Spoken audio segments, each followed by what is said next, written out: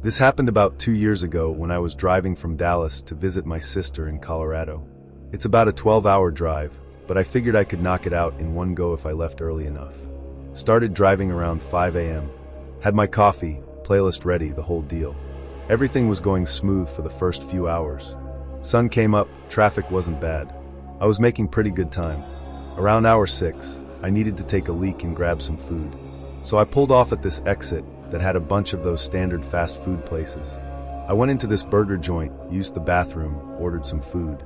While I was waiting, this guy walks up to me. He looked maybe late 20s, kinda rough around the edges, wearing a hoodie even though it was hot as hell outside. "Hey man, this is gonna sound weird, but my phone died and I really need to call my mom. She's in the hospital, and I gotta let her know I'm okay. Can I borrow yours real quick?" I hesitated. I know that sounds cold, but something felt off about the whole thing. His story seemed too specific, too rehearsed. But at the same time, what if it was true? What if his mom really was in the hospital? "I can make the call for you if you want," I said, pulling out my phone but keeping it in my hand. "Just tell me the number." His expression changed a little. Not angry, but like he was annoyed I didn't just hand it over. "Nah man, I need to talk to her myself. It's personal, you know. I'll be quick, I promise." "Sorry dude, I don't let people use my phone. But I can dial it for you and put it on speaker or something." Now he looked genuinely pissed. "Are you serious right now? My mom's in the hospital, and you won't even let me use your phone for 2 minutes." Other people in the restaurant were starting to look over. I felt like an asshole, but my gut was screaming at me not to give him my phone.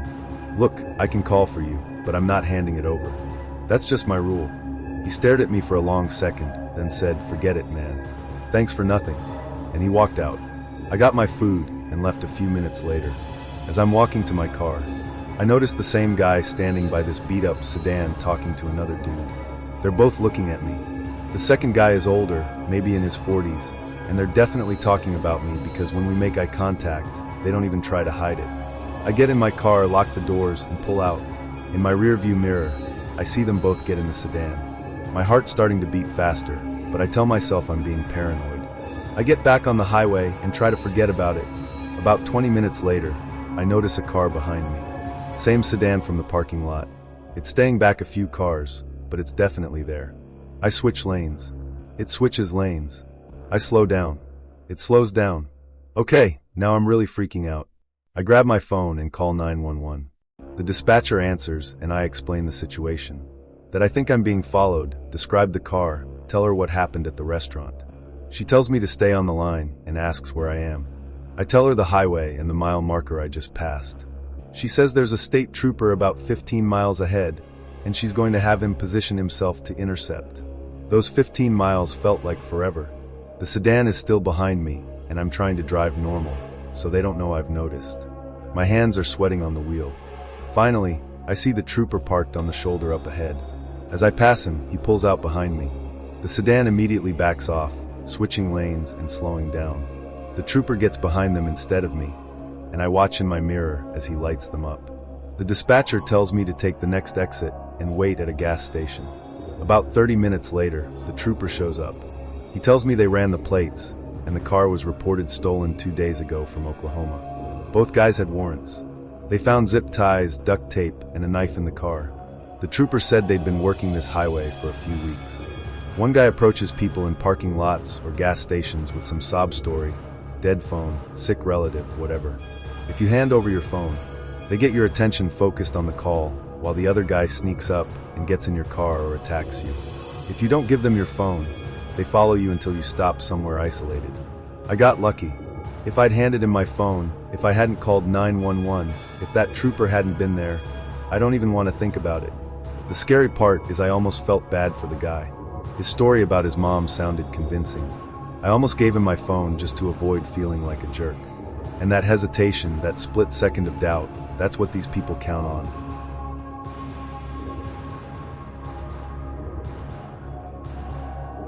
This one still messes with me. It was about 3 years ago, middle of summer. I was driving from Phoenix to visit some friends in Albuquerque. It's only about a 7-hour drive, so I wasn't even planning to stop except for gas and bathroom breaks. I left around noon, and by the time I hit the Arizona-New Mexico border, it was getting dark. I'd been on the road for maybe 5 hours, and I needed to stop for gas.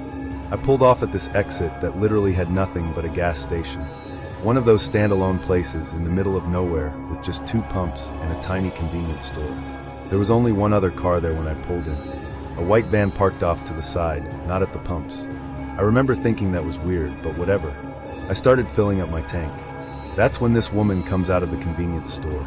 She was probably in her 30s, wearing jeans and a tank top. And she looked really upset, like she'd been crying. She sees me and starts walking over.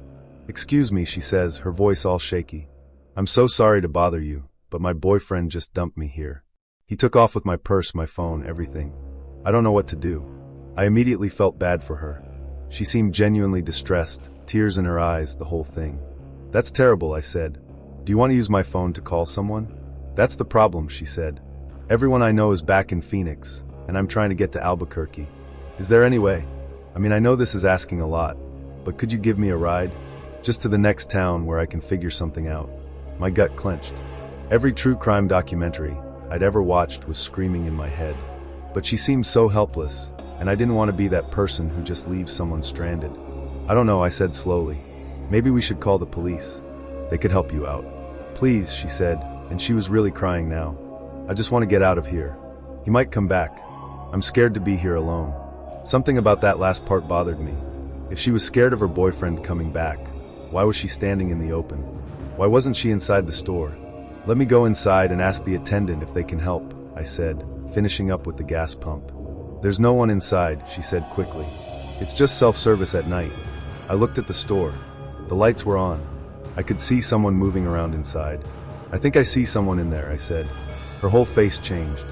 The tears stopped instantly, and she got this annoyed look. "Are you going to help me or not?"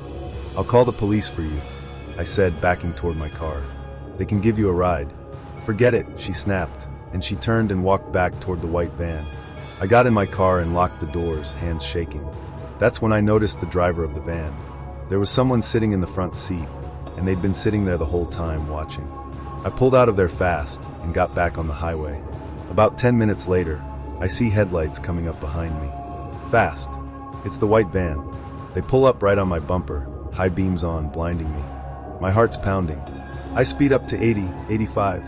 They keep pace. I slow down to 60. They slow down too, still right on my ass. This goes on for maybe 20 minutes. I'm terrified, don't know what to do. Then I see a sign for a border patrol checkpoint ahead. I've never been so happy to see one in my life. I pull up to the checkpoint, and the officer can tell something's wrong. I'm crying, shaking, barely coherent. I tell him about the van, and he immediately radios ahead. Other officers swarm the van when it tries to go through. Turns out there were 2 people in the van, the woman and a guy. They found all kinds of stuff in there, rope, tools, even a mattress in the back. The officers told me they were part of a trafficking ring that had been operating along that highway. The woman would play the victim at gas stations, try to get people to give her a ride. Once you let her in your car, she'd either pull a weapon or signal her partner to run you off the road. I had to give a statement. Kept my info for the investigation. I found out later that 3 people had gone missing along that same stretch of highway over the past year. They never confirmed if it was the same people, but the timeline matched up. I still think about how close I came, how every instinct in me wanted to help her because she seems scared and alone. That's what makes these people so dangerous. They know we want to be good. They weaponize our empathy.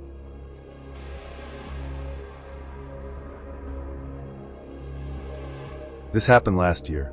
I was doing a solo road trip from Seattle down the coast to San Francisco. It's a beautiful drive, and I'd been planning it for months.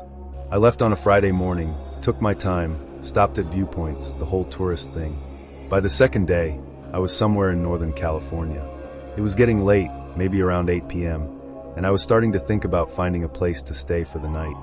I pulled into this tiny town, and I mean tiny like maybe 500 people, to get gas and see if there was a motel. While I was pumping gas, this guy pulls up at the pump across from me. Older dude, probably in his 60s, driving a truck. He gets out and gives me this friendly nod. "Evening," he says. "Hey," I respond, not really interested in conversation. "You just passing through?" He asks. "Yeah, looking for a place to stay, actually." He nods. "Nearest motel's about 40 miles down the road. But if you're looking to save some money, there's a free campground about 10 miles from here. Real nice spot. I take my grandkids there all the time." I'm immediately skeptical, but he seems harmless enough. Is it safe? I'm by myself. Oh yeah, totally safe. Families camp there all the time. There's usually a few RVs there, even this late in the season. Just take Highway 1 south for about 7 miles, then turn left on Forest Road 34. Can't miss it. I thank him and think about it while I finish pumping gas. A free campground sounds good. I'm on a budget, and I've got a tent in my car. Plus, he said there'd be other people there. I decide to go for it.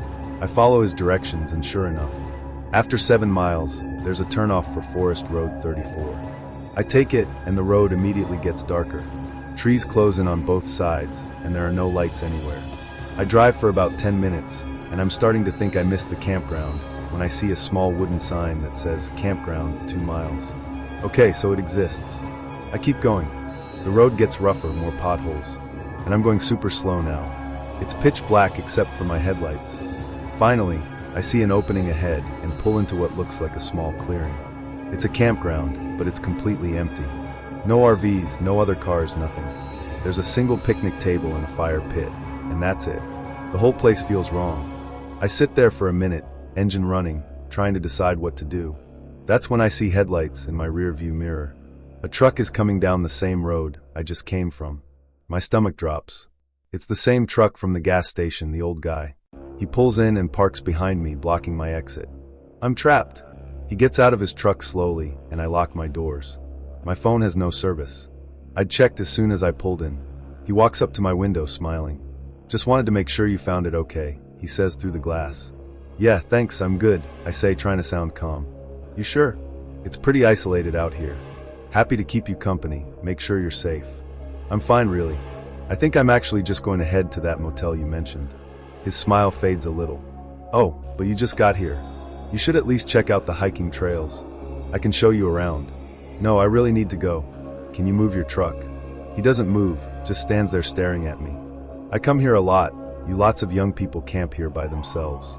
It's not safe. Things happen. The way he says it makes my blood run cold. It's not concern. It's a threat. Move your truck. Now. My voice is shaking. He stands there for another long moment. Then finally says, suit yourself. He walks back to his truck at an agonizingly slow pace and moves it. The second there's enough room, I floor it out of there. I'm flying down that forest road, branches scraping my car, not even caring. When I finally hit the main highway, I drive another hour before I stop, shaking so hard I can barely hold the wheel. I never found out what that guy wanted, or what would have happened if I'd gotten out of my car. But I think about the way he said things happened, how he knew the campground would be empty, how he followed me to make sure I actually went there. I reported it to the police the next day, gave them his description and the location, but I never heard anything back. For all I know, he's still out there, sending people to that empty campground in the middle of nowhere. The thing that gets me is how friendly he seemed at first, how helpful. If I'd been more trusting, if I'd gotten out to check out the hiking trails, I might not be here to tell this story. And that's what scares me most about road trips now. You never really know who you're talking to. The person giving you directions could be leading you into a trap. The person offering help could be the last person you ever meet. I don't take recommendations from strangers anymore. I don't care how nice they seem.